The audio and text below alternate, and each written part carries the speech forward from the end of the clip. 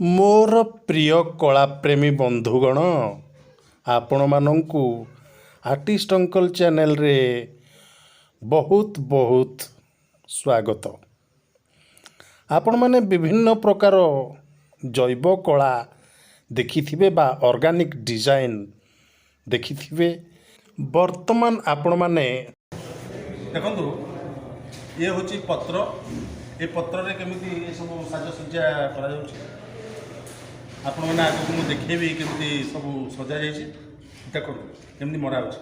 ପ୍ରଥମେ ଏ ପତ୍ରକୁ ଆକୁ ସାଇଜ୍ କରିକି ଧରିବେ। ତାପରେ ଏ ହେଉଛି ଷ୍ଟାପ୍ଲର।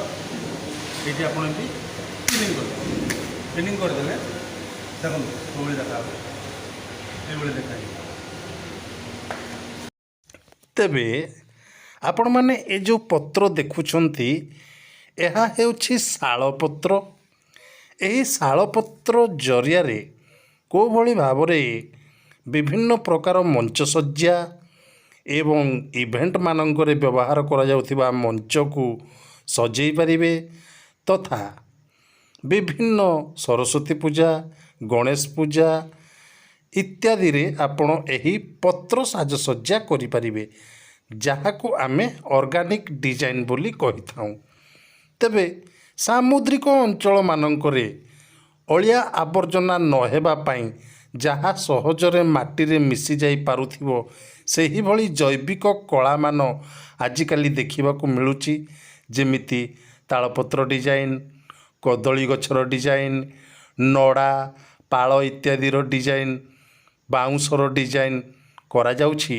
ଠିକ୍ ସେହିଭଳି ଏହି ଶାଳପତ୍ରକୁ ବ୍ୟବହାର କରି ମଧ୍ୟ ସାମୁଦ୍ରିକ କାର୍ଯ୍ୟକ୍ରମ କଲାବେଳେ ବ୍ୟବହାର କରି ସଜେଇ ପାରିବେ ଏବଂ ତାହା ଆଖି ଆକୃଷ୍ଟ କରିପାରିବ ଏବଂ ମନଲୋଭା ସାଜସଜ୍ଜା ହୋଇପାରିବ।